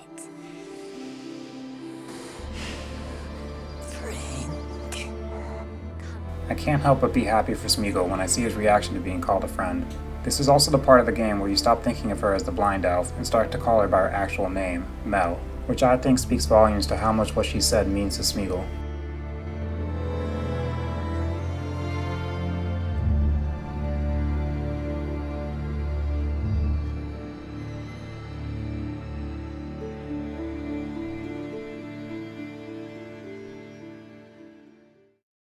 Next scene opens up with our bird heading back to the slave pits and relaying information to the Candleman. Maybe we should have been more specific about who to go to for help. The Candleman now knows where we are, but seems to think we won't reveal any info about the ring to the elves since they don't use torture. The Mouth is less optimistic since he knows that Gandalf has questioned us, and wants the Candleman to attack the Mirkwood before they learn too much. The Candleman thinks the mission is a death sentence, but the Mouth offers to send additional troops to aid in the attack. If you had previously helped the witch, the Mouth also implies that he'll hold her hostage against the Candleman as a sort of guarantee. But the Candleman insists on taking the witch with him, so instead, he says the daughter, the cruel woman, will stay behind. Then thy daughter shall remain here in my service. Don't make her wait too long. If you didn't help the witch, the cruel woman will be sent to accompany the Candleman instead. You'll also get a scene of the Candleman examining a painting of the Witch King and the old Condor King. If the cruel woman is the one who's going to accompany him, he'll shoot the king in the portrait. If it's the witch who's going with him, he'll shoot the Witch King instead. We then go back to the forest with us and Mel. We're pretty enthusiastic to help her, but we get distracted by the ring that she's wearing. What's this? Precious? Eh? What is it? Are you looking at my ring? Is it nice? Yes? Is it powerful? Is it precious? After creeping her out a bit, she tells us that it isn't a magical ring, but a sentimental one that the Riddle Master made for her. It's not a magic ring, but Gwendol made it for me. I had tried to make him one just like it. Not my best work. It never quite fit, so he wore it on a chain around his neck. She also tells us about some bugs in the area called truthlings. She wants us to find some lyerol, which is some sort of lichen that grows in the forest. Once you find it and bring it back to her, she'll explain that the truthlings around here force you to tell the truth, but that taking a bite of the lyerol works as a way to counteract the magic. She'll take a bite herself, and then ask you if you trust her enough to not take a bite, therefore allowing her to ask you whatever she wants and get a truthful answer. You can decide to either trust Mel and not take a bite, or side with Gollum, who doesn't want any secrets to be revealed. Think. The elf could ask us anything. Anything. And what if it asks how Smeagol wants to break her little neck? After you've decided, proceed forward where Mel will lower some water to allow you to cross. By this point, it's pretty clear that her magic is always associated with water. She has some affinity for it and is able to speak to the rivers. She even likes how you enjoy swimming. On the other hand, the Riddle Master's magic is more associated with air, like how the shell in his room allowed you to maintain your breath, even underwater. You can now proceed to the cave with the truthlings. If you opted not to eat the lichen, Mel will now tell you a bit of fine print. One more thing. Tiny detail.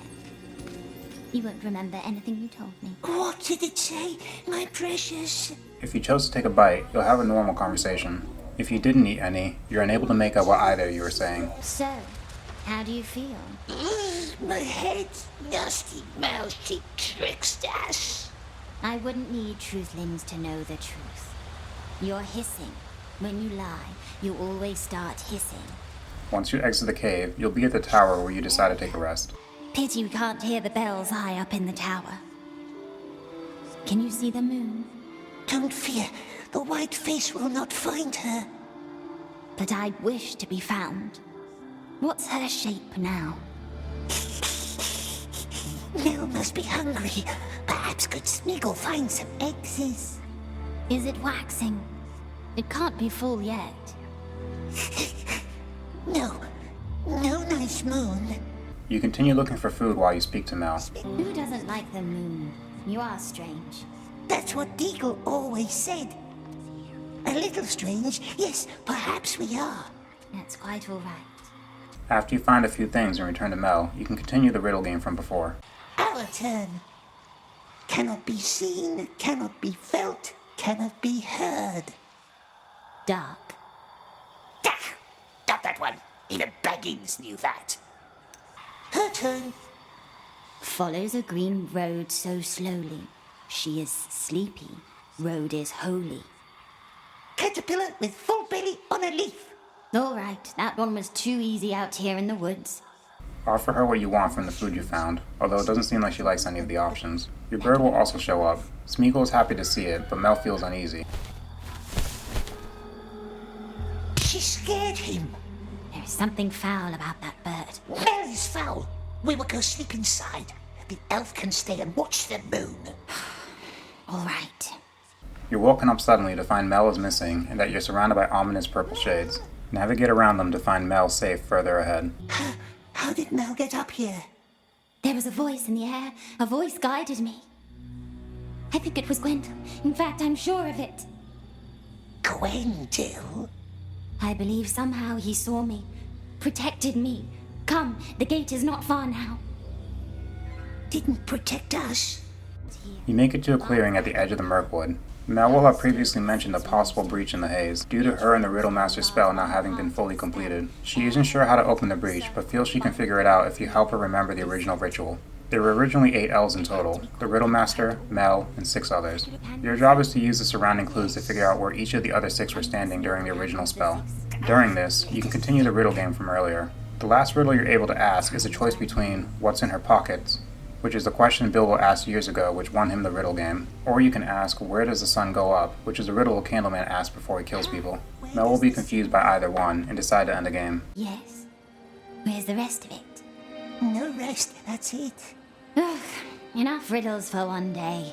Once you figure out where each elf stood, you're able to proceed into the breach. Mel wants to rest first, as the woods beyond are dangerous. Let me rest here for a while. Tired it looks, yes. Tired and spent. Of course. We can wait. Now you'll need to decide if you want to kill Mel while she rests and proceed on your own, or convince her to leave right away so that your golem side isn't able to act. All swallowed by mists, holding them in their grip. Yes, now it sees. Now it sees. Even if you attempt the murder, you're suddenly distracted by memories of how you killed Deagle. This allows Mel to escape and run through the breach without you. If you decide to leave right away, you'll still have a conversation that triggers memories of Deagle, which also leads you to remember the correct flower from the poem at the start of the game. This place is not how I remembered it. Come now, many nice places on the other side. Wait, you mentioned flowers. You didn't picture those. Irises. The entire glade used to be overgrown with them. They must be in full bloom now. All withered. Not many. Irises. Time is not spent. Iris has no sense. Deagle's riddle. We remembers. I remember. Remember what?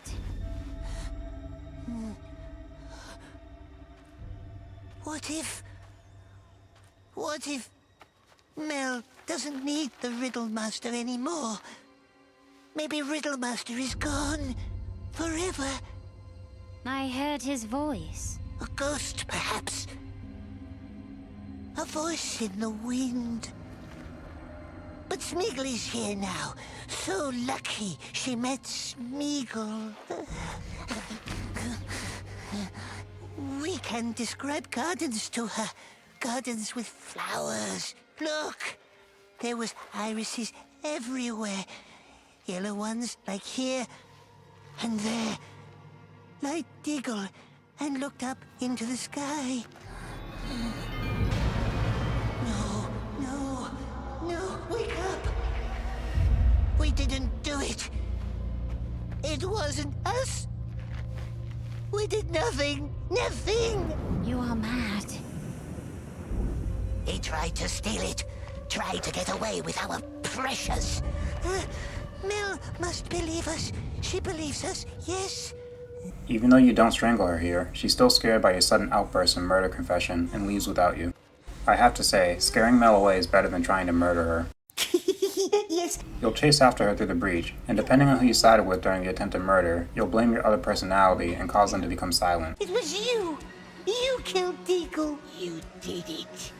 You did. You killed him. Leave me alone. Climb out of the haze to find that you're back where you started, still trapped within the Mirkwood and without any friends.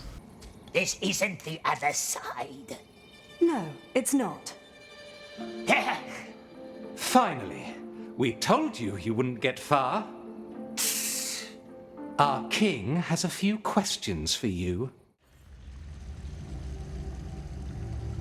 Without me, eyes are marbles. No darkness they see. The next chapter's name is dependent on who you were when you left the haze. If it's Gollum, you're trying to figure out how to find the Riddle Master since Mel believed that he was still alive. You think that he might be able to help you escape the haze. If he's truly alive, the Riddle Master, if it was his voice we heard in the mists. If you're Smeagol, you're less focused on escaping and are thinking more about Deagle and Mel. Everyone during this chapter will also treat you differently depending on who you are. Seems Gollum has been pretty unbearable for all the elves, while they're much more sympathetic towards Smeagol. Have the elves found her? No, I'm afraid not. I don't think there is much hope she's coming back. Face it, she used you, and then she left you behind. We warned you to keep your distance. You'll see that you've now taken up residence in Mel's old cave, although you aren't being locked in. There's a rock somewhere in here that you can examine. If it's during the Gollum chapter, you'll see where your focuses lie.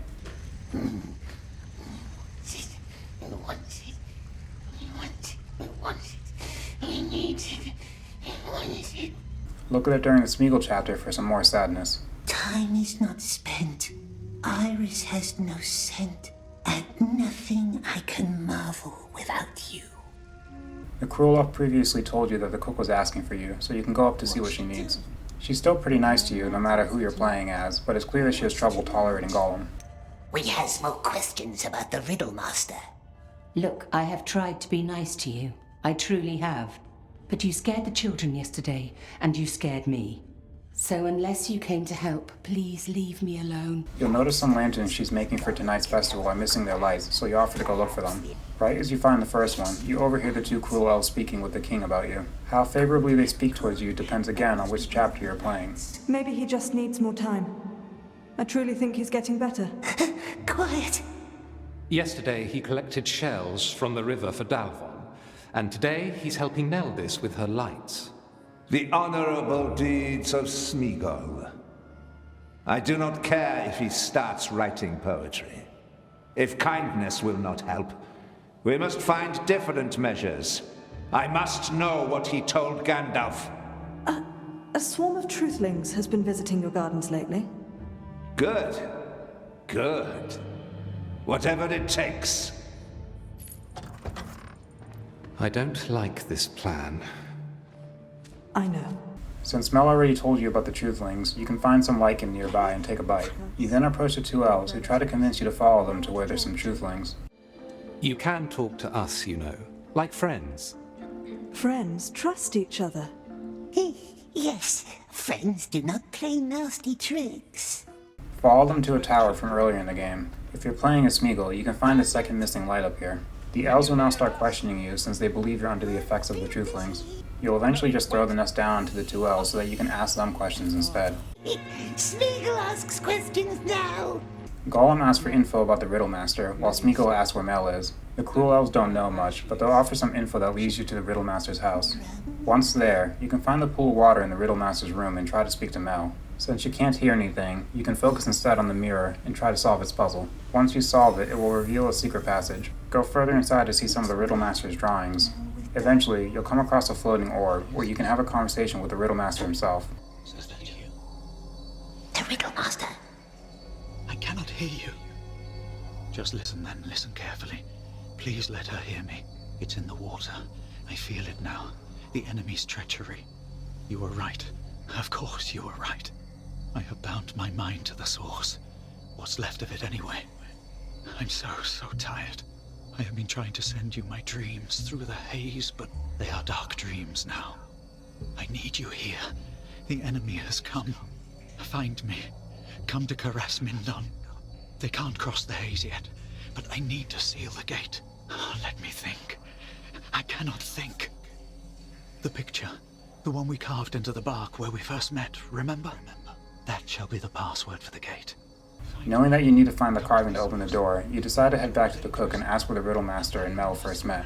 On your way out, you'll see the pool from before and surprisingly hear Mel's voice. Her attitude towards you will depend on how you ended things, but she seems to be in trouble and wants your help regardless. Smeagol? Too many voices out here. I know you won't help me, trust me, I don't want your help. But there's no one else to reach. What? We can't hear it. I can't hear you. The source. Where do we find the source? Your bird found me. He tries to guide me. He means well, I believe. But I don't... Something's out here. I think I know where to find Gwendol. I will try to find the ruins of Caress Mindon. Something is wrong with the haze. After you're done, continue heading out and find the cook. The cook will tell you that they first met in the King's Grove, which coincidentally is the same place that they plan to hold their festival tonight. You ask to tag along, which she agrees to since you helped her find her missing lights. Although Gollum only actually found one of the lights, and used a floating orb as a substitute for the second. A very special stone, this one. Head to the festival with the cook and head for the tree where the carving should be. In front of the tree, you'll find two elves who won't let you pass. If you're playing as Smeagol, they agree to let you pass only if you can beat them in a word game. A competition. A competition? If Smeagol wins, they must let him climb the tree. But these ones don't like riddles, do they? How about a game of words? You say a word, then I say a new word that starts with the final sound from your word, and then we keep going round until it's your turn again. But here's the trick. No word can come up twice, and no word can end with the same sound as the beginning of the previous word. That's easy. Fish. Shell. Love. Visible. Aha, you lose. No, why? Visible? Love? No word can end with the same sound as the beginning of the previous word. Not fair. It tells the rules too fast. Once more then, whatever sends you on your way.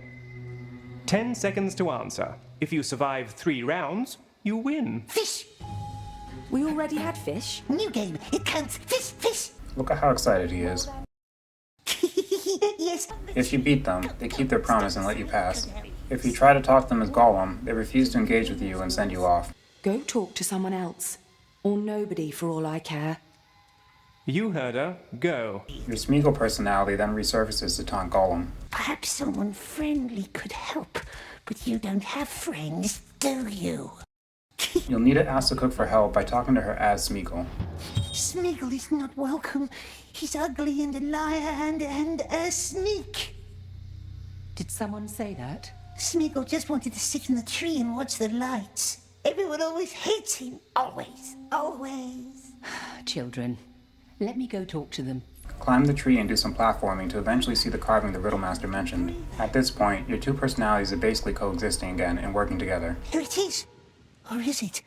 What is it? It's a deer. Deer with horns. You'll climb further up and find your bird, who you're happy to see, until you realize that it led the Candleman and his orcs to you. Oxes. No! As orcs slaughter the elves below, you make to escape. If you're playing the Smeagol chapter, you're given the option to first swing by where the cook was and kill the guard near her. If you do this, you'll later see her escape unharmed as you leave. If you leave her to fend for herself, die. You do a bit more climbing and exit the area to start the final chapter of the game. They're all dead. Not all, my precious. Listen. You continue progressing deeper to look for the ruins Mel mentioned the last time you spoke with her. You can hear some elves killing orcs as they work to push them back. At this point, you don't want to be spotted by either side, so you remain hidden. Sneak past these elves and you eventually overhear the cruel elves trying to defend themselves from the Beastmaster. Easy.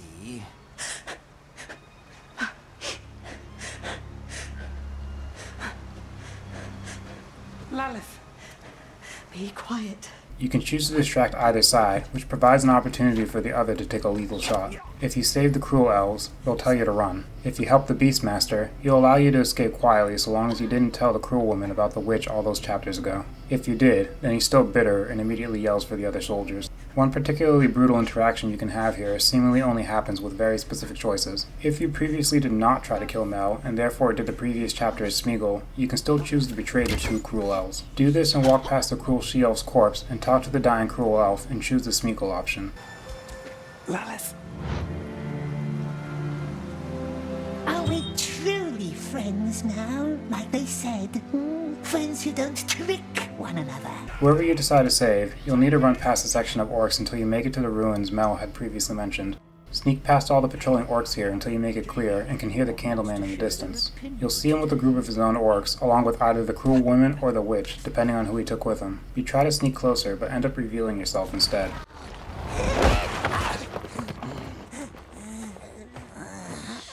My lord.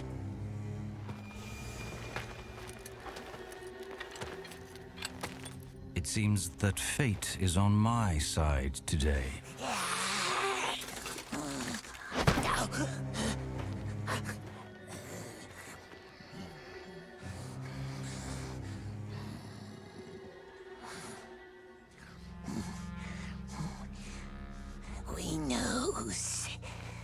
We knows how to open the gate.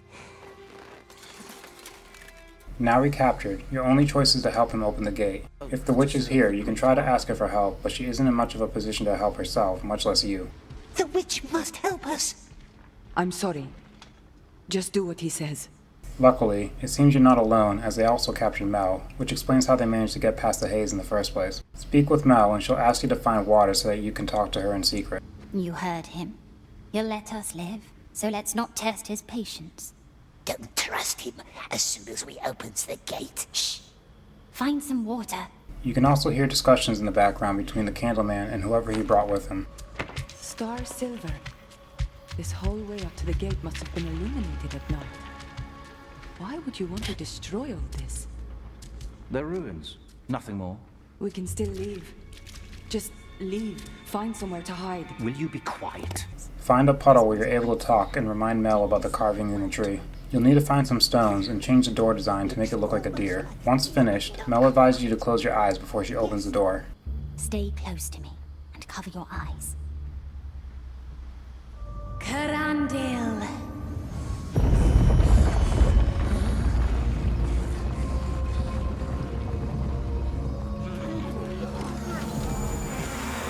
With the Candleman blinded by the light, you and Mel are able to escape past the door and into the ruins where you hope to find the Riddlemaster. Once inside, you can now take the opportunity to catch up with Mel. She'll be a little weary of you, but ultimately wants to still work together. Why did you come here?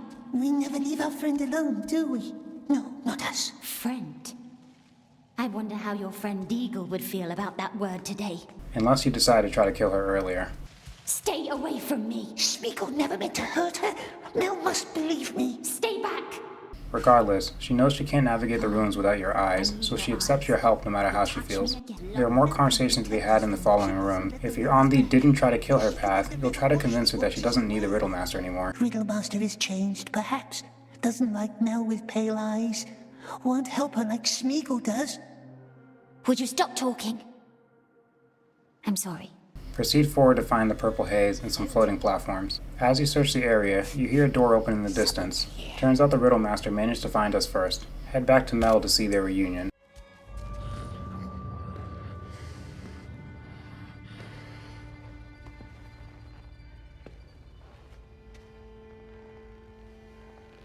Mel.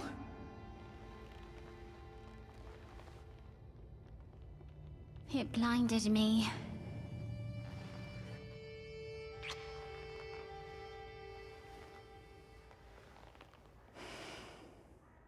The Riddlemaster is initially surprised by you, but it doesn't take long to earn his trust, especially since Mel vouches for you. She tells the Riddlemaster that she's worried about the Candleman finding the source of the haze spell, as he could potentially use it as a weapon. You travel together towards the source of the haze, where Mel and the Riddlemaster intend to use their magic to control it. Mel will stay behind, while you and the Riddlemaster split up to go towards the different sections to calm the source. It's obvious that Mel might still be angry about the attempted murder. If you had not tried to kill her, she'll say this. I will take the left tower. Your friend can take the right. Can he climb? Like a squirrel. But if you had tried to kill her, she'll slightly change her answer. Can he climb? Like a spider. Head towards your section and do some platforming until you reach some howling winds. Once you close it, you can head back and hear Smeagol and Gollum start arguing over what they really want. Very good, Smeagol. Yes, help the elves. And now they must let us go. Will Mel come with us, my precious? Not her, not anyone. Elves can keep their useless rings as long as we have ours. But Mel needs us to be her eyes. The blind one has her elf friend now. And Smeagol, he will be alone. Alone forever. Unless he finds the precious. When you return to Mel, you'll see that the Riddlemaster still hasn't returned. She'll tell you to look for him as she continues to calm the source. As you travel to the opposite tower, you'll eventually come across him. Turns out he just fell and injured himself. He's grateful that you came and asked you to close the other section while he heals himself. Once you close it and start heading back, you'll have a follow-up on your previous argument. I wish. Eh? What do we wish, my love? I wish that Gwendolen was gone. Then we could be Mel's eyes again, and she would drive off wraiths and evil men who want to hurt us. Whatever you decide here doesn't outright determine what you end up doing later, but it can help make the next argument easier as long as you're consistent on which side you pick. Continue forward a bit and you'll see that the orcs have made it inside, and that one of them is very close to discovering the Riddlemaster. Gollum will argue that you need the Riddlemaster alive in order to leave the haze. Smeagol instead wants the Riddlemaster dead because he thinks it will make Mel stay friends with him. Either go and kill the orc as Gollum and save the Riddlemaster's life, or give away his position and allow the orc to kill the Riddlemaster. Wait. If he dies, you'll go up to his corpse and take the ring that Mel made for him.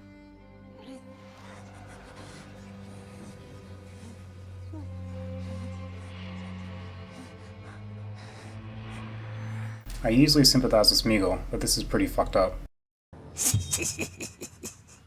Either way, continue on and you will see that the haze has started killing off some of the orcs. If the cruel woman was the one who came with the Candleman, you can spot her corpse among the others. All dead.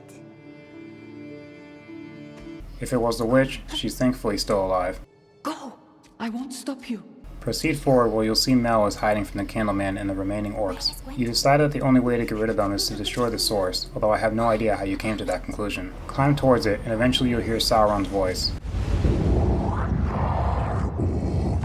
Oh yeah, I forgot to mention that the game said earlier that the original spell to create the haze seems to have been corrupted. Mel was uneasy when creating it as she felt something was wrong, but the Riddlemaster didn't think anything of it and continued with the creation of the haze. Turns out Mel was right, which caused the tragedy that killed most of the elves and blinded Mel. So the surrounding haze that protects the elves is some sort of extension of Sauron, which is why its malevolent force seems to be growing. Anyway, the voice of Sauron throws you off enough for the Candleman to take aim and ask his usual riddle. Where does the sun go up? Where does he linger? What does a storm illume with glistening rage? The night. Now with the Candleman distracted, you can finish the climb and punch this convenient metal thing into the haze, which causes the ruins to collapse.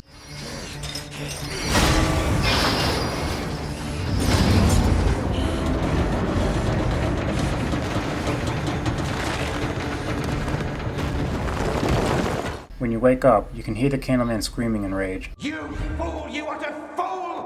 What have you done? You sneak around him until you come up from behind, but once there, your bird gives away your position. If the Candleman came here with his now dead daughter, your bird will swoop in and attack him, giving you the opportunity to strangle him. If he came here with a witch, she'll step in and ask him to stop. My lord, don't! It's over! You know it is!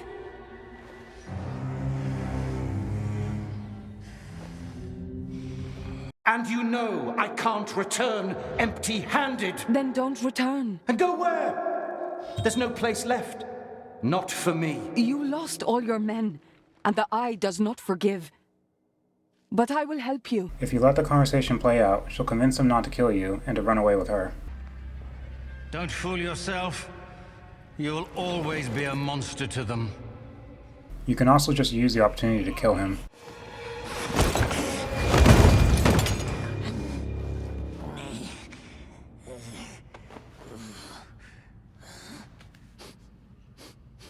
Go see after your friends. I will stay with him for a while. The witch still shows him pity even after he dies, but seems 100% understanding of your choice to kill him. You then go to find Mel. I'll let these cutscenes play pretty much in full. They differ depending on if you kill the Riddlemaster or not. First up is the Smeagol choice, where you decided to kill the Riddlemaster in order to stay friends with Mel.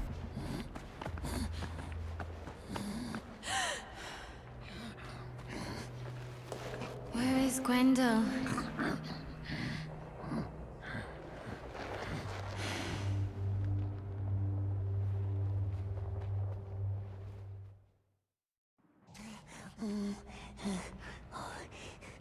Not safe here. We must go. Go home now. Keep nice precious. Keep it as memory.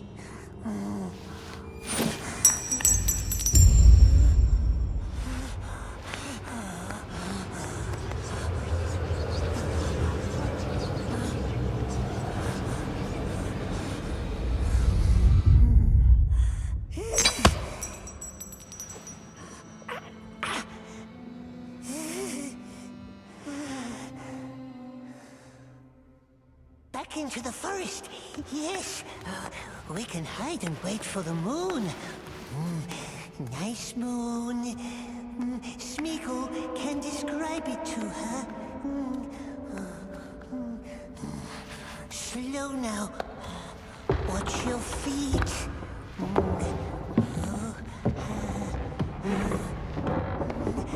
Long way to fall.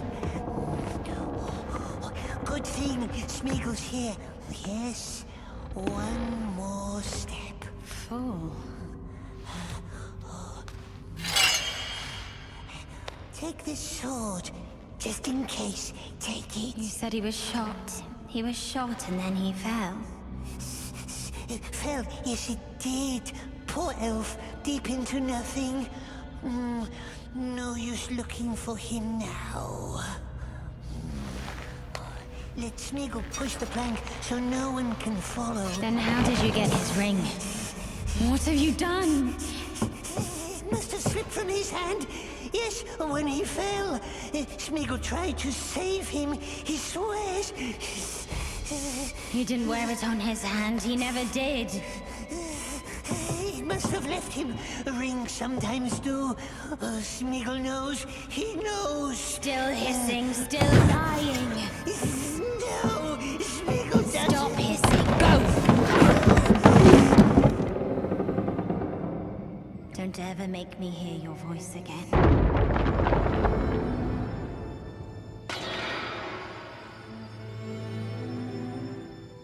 Next up is what happens if you save the Riddlemaster's life.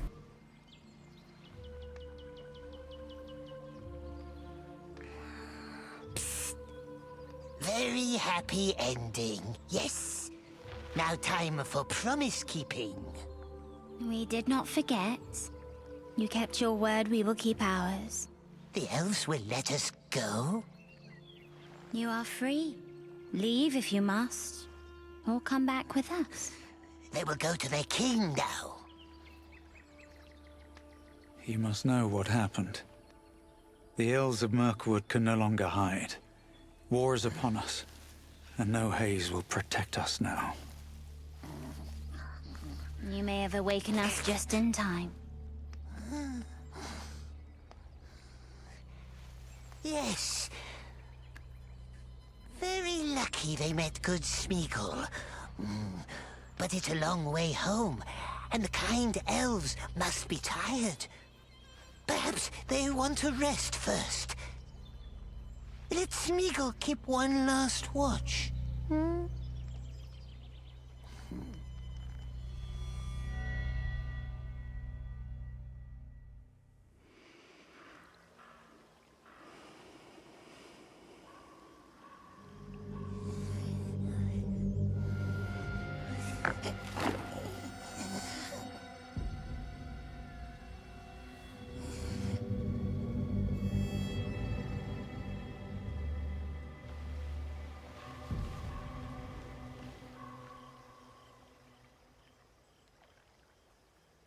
Smeagol?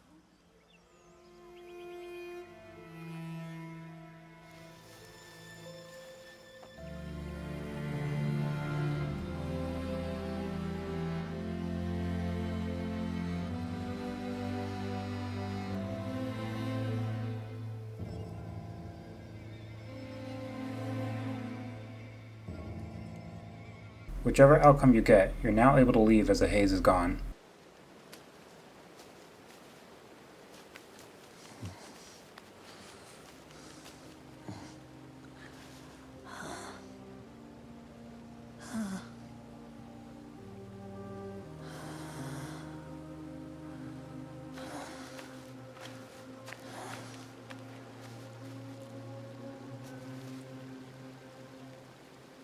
Where now? West. Into the mountains, sweet one. And under the mountains. And then into the Shire. As you head west, you're given one last choice as you come across your bird. You can either set them free, never to see them again, or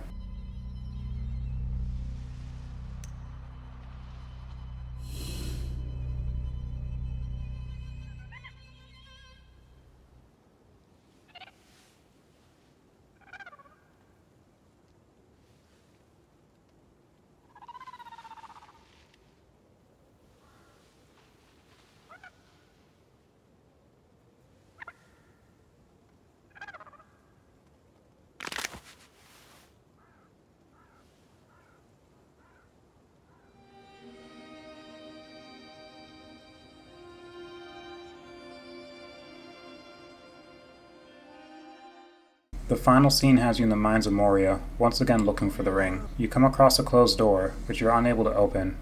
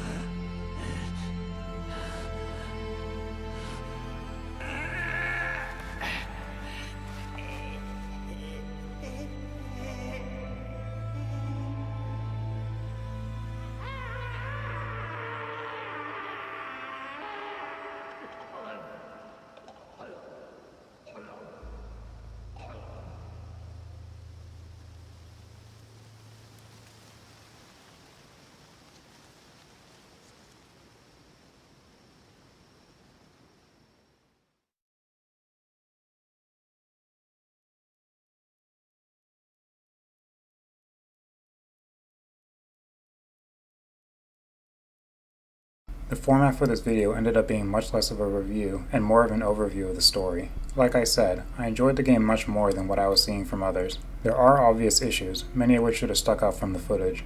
There's a sweeping lack of polish to the whole game, which can be seen in things like death animations, sudden transitions between scenes, rough textures, stilted animations, and ugly character models.